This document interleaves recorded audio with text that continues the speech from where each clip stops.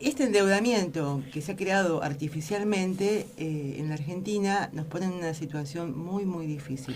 Pero bueno, vamos a darle la palabra a una persona que está mucho más capacitada para nosotros, para hablar de lo que es el presupuesto nacional, para contarnos y esclarecernos un poco sobre la preocupación que tenemos de la situación del Banco Central, cuál es el diagnóstico, las perspectivas, ¿no? Muy buenos días, Mercedes Marcó del Pont, Mónica Ambrosetti y Julio Leiva la saludan. Buen día, ¿qué tal? ¿Cómo les va? Muy Un día bien. luminoso. Sí, la verdad que sí, la verdad que hemos cambiado de días de crisis a días luminosos. Tendríamos que tratar de ver, esa es nuestra intención, de que nos puedas dar tu mirada de cómo está la situación nacional en estos días. Bueno, creo que todos somos conscientes, no voy a decir nada novedoso que no es muy luminosa la situación de la economía, y menos luminoso es hacia adelante son las perspectivas, ¿no? Fijémonos que hasta el propio Fondo Monetario, que hasta hace pocas semanas decía que, bueno, que el año que viene íbamos a crecer, después posteriormente dijo, bueno, el presupuesto se construyó sobre una caída del 0,5%. El fondo salió a decir estos días que la caída del producto el año que viene, o sea, el crecimiento va a ser del 1,6%, y la verdad que yo entiendo que se quedó corto. Y se quedó corto, entre otras cosas, porque el presupuesto, el ajuste, ¿no?, de lo que ustedes estaban hablando, está imponiendo a la Argentina, como siempre ocurre, ¿no? Son las concesiones que los países que quedan subordinados a estos programas del fondo por la urgencia de los desembolsos, impone en términos de ajuste. El ajuste del año que viene va a ser brutal, en términos de todo lo que le significa a la mujer y el hombre, a los laburantes, de todos los días, por la caída en lo que está pensado de disminución de los gastos en salud, en educación, en subsidios, ¿no? En subsidios que a veces que ha quedado como casi como una mala palabra, pero la contracara de la reducción de subsidios, que quizás es de las cosas que más caen, es el aumento de tarifas. Para el año que viene está proyectada una caída muy fuerte de los subsidios al transporte. Las transferencias a las provincias también se reducen sensiblemente. Quiero decir, es un programa típico de ajuste, pero les diría que este es casi sin precedentes en términos de los ajustes que le está imponiendo en términos de reducción del gasto público, que va a profundizar las condiciones recesivas. Y por el otro lado, lo que se advierte es que lejos de estar en un déficit cero total del Estado Nacional, como dice el gobierno, lo único que crece en la Argentina en términos de erogaciones, de uso de recursos, son los intereses de la deuda, ¿no? Entonces estamos otra vez en esta situación que ya hemos vivido los argentinos, de caída en lo que hace los gastos que tienen que ver con el día a día de la salud, la educación, la inversión pública, las transferencias a las provincias, y el aumento y la transferencia de esos recursos que van a dónde, al sector financiero, al capital financiero, a través de los intereses de la deuda. Y eso transcurre en paralelo con otro gran ajuste que ya ocurrió en la Argentina, pero que se sostiene, que es el ajuste que provocó la devaluación, ¿no? Porque la devaluación generó una reducción del salario en términos de capacidad de compra, pero también en dólares, muy, muy importante, que ya también hasta el mismo oficialismo reconoce que no se va a recuperar.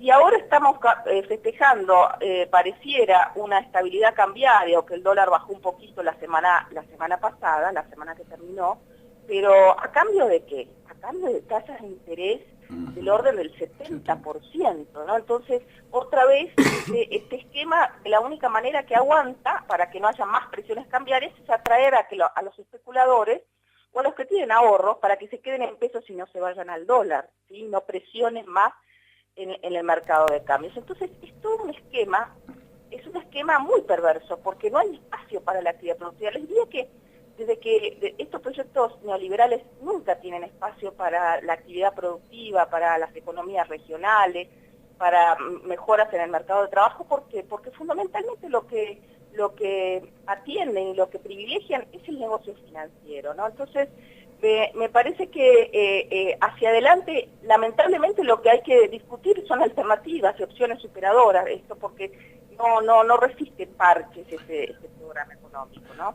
Ahora, Marco del Pont, uno entiende que, como decía Perón, no puedo pedirle a aquellos que son opositores a nuestro modelo de país, que es de bienestar, que hagan algo a favor del modelo de bienestar. Entiende que es eso. Ahora, ¿cuál es la actitud que debería tomar, según su mirada, la oposición? Porque consultando Sí, con sí, otro... es clarísima esta pregunta. Que no se pueda cambiar perdón que lo interrumpa, pero es que ese es el punto, qué actitud debe tomar la oposición. Porque si bien yo decía que no cambia demasiado con un parche, que se diga este artículo, se mejora un poco, etcétera, lo que hay que hacer es oponerse a este presupuesto, porque este es un presupuesto que no le va a resolver en nada la situación, ni al interior, ni a los trabajadores, ni a la producción, ni a las pequeñas y medianas empresas, ni a las economías, ni a los gobernadores, ni a los gobiernos provinciales, porque la verdad que es un ajuste brutal, y que sí supone un espaldarazo muy fuerte para el gobierno, y sobre todo para lo que aspiran a gobernar este país, ¿no? En contexto de otro proyecto político, sí le va a ser muy difícil sentarse a renegociar con el fondo, a partir de que el fondo le muestre y diga, mire, la oposición de su país a mí me votó este presupuesto de ajuste. Bueno, lo votó el gobierno, que hoy gobierna casi diría el Fondo Monetario Internacional. Claro. Entonces, me parece que lo responsable políticamente, ¿no? Porque tanto se está hablando en los últimos tiempos de la gobernabilidad, de la oposición responsable, racional, etcétera, que no hay que ser desestabilizador. Estos programas de ajuste son los que generan la desestabilización. Y la verdad que hay que entender que estamos en este punto y necesariamente este gobierno con este programa económico, ¿sí? desde el principio implementó de liberalización financiera, comercial, especulación, ¿sí? Ha generado estas condiciones de crisis. Entonces, a mi humilde entender, la verdad es que para la oposición la actitud responsable debía ser confluir en una no voto este presupuesto, porque es un presupuesto que además no refleja nuestras aspiraciones en términos de prioridades, y las prioridades de la oposición, por lo menos así lo plantean los distintos espacios, es el crecimiento, es el trabajo, es la producción, es que al capital le convenga más producir que especular. Entonces, este es un programa el programa económico va mucho más allá que el presupuesto, ¿no? Seguro. Pero me parece que es un componente fundamental de esta política económica, y además es un compromiso muy fuerte que asumió el gobierno, y que bueno, hay que también entender que también a estos cumplimientos de compromisos se adhieren las posibilidades de que les desembolsen los fondos o no. Yo creo que para la Argentina, para los argentinos, es mejor no seguir endeudándose, que el fondo no desembolse estos millones de dólares que ya se han fugado, los 15.000 primeros ya se han fugado de la Argentina, y creo que ese va a ser el derrotero de los próximos desembolsos que sean para pagar deuda, para fuga de capitales. Y a fines del 2019, entonces, un proyecto alternativo se va a encontrar, si se votan las leyes que pide el fondo, etcétera, un país endeudado en 50.000 millones de dólares, y del otro lado del mostrador no va a quedar ni un tornillo en términos de mejora de capacidad de repago de esa deuda, ¿no? Exacto. Mercedes, tenemos una preocupación en el sentido de qué pasa si este presupuesto efectivamente se rechaza, y al no crearse un presupuesto que venga a dar respuesta a los intereses para el buen vivir de los argentinos, se gobierna con el presupuesto 2018. Me da la impresión de que quedaríamos como en una encerrona, porque no es mejor. Sí, no es mejor, pero no es peor. Eso Claro. Creo que hay que también, porque eso es obviamente los gobernadores que tienen que gestionar sus provincias. Este es un tema, es una pregunta central. Bueno, está bien, marche preso, pero si yo voy a tener menos recursos para pagar salarios, para todas las necesidades que tengo, no me gusta este presupuesto, pero lo voto. Pero la verdad que cuando uno hace todas las proyecciones, la verdad es que gobernar con el presupuesto del 2018 es menos malo que gobernar con este programa, con este presupuesto de ajuste, ¿no? Claro. Y la posibilidad de construir un presupuesto desde el Congreso, desde la oposición, está válido desde lo legal, pero operativamente sería un golpe político interesante y también una expectativa de esperanza para cada uno de los argentinos, ¿no?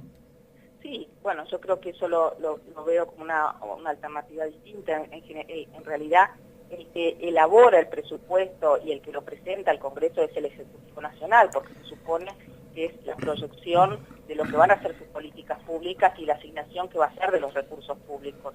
Y eso, en general, es una iniciativa del Ejecutivo hacia el resto de los argentinos, mediados, ¿no?, en el Congreso de la Nación. Entonces, yo creo que hoy el rol del Congreso de la Nación es muy, muy importante, no solamente en términos de presupuesto, sino también de indagar qué va a pasar con los desembolsos, porque se sabe que a cambio de este ajuste el fondo le ha dicho, bueno, lo que te pensaba dar en 2020 y 2021 te lo anticipo al 2018 y 2019. Bueno, y creo que los legisladores tienen que decir, a ver, ¿para qué van a ir esos recursos? ¿Otra vez para la fuga? ¿Va a quedar el país endeudado, sin reservas y sin mejora en la capacidad de repago? Eso también hay que discutirlo en el ámbito del Congreso de la Nación.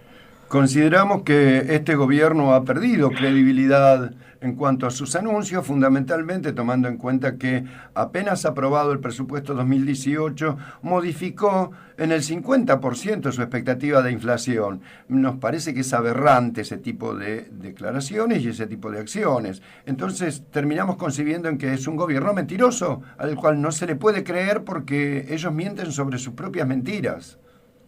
Yo creo que es un gobierno que ha tomado una opción estratégica, una política económica, que tiene un proyecto que genera estos resultados, más allá de la buena o mala voluntad. Yo no me meto a hacer análisis más valorativos. Estas políticas generan estos resultados, eso es lo que tenemos que tener en cuenta. Y también hay que tener en cuenta que otras políticas generan otros resultados, porque si no, la verdad que es una situación para la que nos están escuchando de, bueno, esto no tiene solución. Claro que tiene solución, porque claro, si uno mira todo lo que se está pagando hoy en términos de intereses de las letras del Banco Central, las famosas LELIC estas, la verdad es que cuando con unos pocos puntos de que se bajara esa tasa de interés, se podía evitar los ajustes que está planteando. Ahora, se puede bajar la tasa de interés, y ayer bajó un poco la tasa de interés y se volvió a subir apenas un poco el dólar, pero está metido en esa encerrona. Si no regula la fuga de capitales, no puede bajar la tasa de interés. Entonces, dejémonos de verso, ¿no? De decir, bueno, habrá que... La verdad que no cierra, lo que hay que cambiar integralmente es el programa económico, y por eso la discusión es más política de cara al 2019, como hay una fuerza política, una confluencia y una unidad en torno a un proyecto viable y posible. Esto es muy importante. Cada decisión que se toma en economía siempre hay una opción. Y bueno, la opción del neoliberalismo es esta, beneficiar a los sectores más concentrados, sobre todo más concentrados asociados no a la producción, sino a la especulación financiera. La idea es discutir un proyecto superador distinto, no superador distinto de este. Claro que sí. Hoy casualmente hablábamos y decíamos que nos daba la impresión de que todo esto había sido creado artificialmente, incluido el endeudamiento. No es que había una necesidad de endeudarse, sino que son endeudamientos creados artificialmente y todas las medidas que se han tomado, ¿no? Provocando este tipo de situaciones. Bueno, yo creo que lo que sí hay que entender que la devaluación sí fue impuesta por el fondo, fue una decisión política, es decir, dejar flotar y que sea el aumento en el tipo de cambio lo que genere esta caída del salario en dólares y también en capacidad de compra, pero también esta recesión, porque la recesión obviamente, como siempre ocurre, es la paz del cementerio. Cuando hay recesión, caída de la demanda, probablemente la inflación pueda desacelerarse, probablemente las importaciones caigan, probablemente los que veraneaban en el exterior ahora ya no puedan viajar tanto porque el dólar está muy caro, o sea que se va generando una disminución de ciertos desequilibrios, pero en simultáneo aumentan otros desequilibrios como ese de los intereses de la deuda, ¿no? Entonces, realmente es una lógica muy perversa que para los que tenemos un poquito de memoria histórica hay que remontarse a lo que pasó con el famoso plan de la dictadura de Martínez de Osa, hay que Seguro. pensar en lo que fue los 90 con la convertibilidad. Bueno, esto es primo hermano, ¿no? Claro. Ese modelo es primo hermano, entonces uno se tiene que preguntar por qué terminaría de una manera distinta, por qué de esto, que ya lo experimentamos los argentinos y sufrimos mucho, puede salir algo distinto.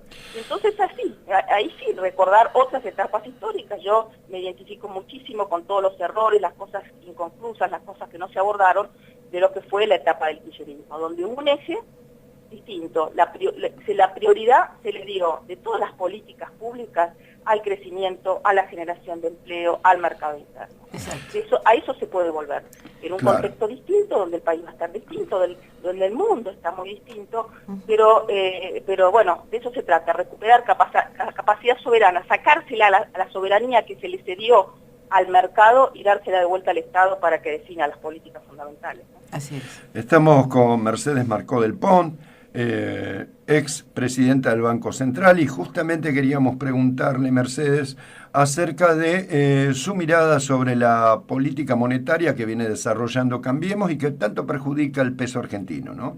Política monetaria, cuando se decide liberalizar lo que se llama el ingreso y salida, la cuenta capital, el ingreso y salida de capitales, y cuando se decide liberalizar el mercado de cambios, ellos se dijeron, le sacamos el cepo y se resuelve el problema de los dólares, y no, ellos desregularon todo y tuvieron más problemas de dólares. ¿Por qué?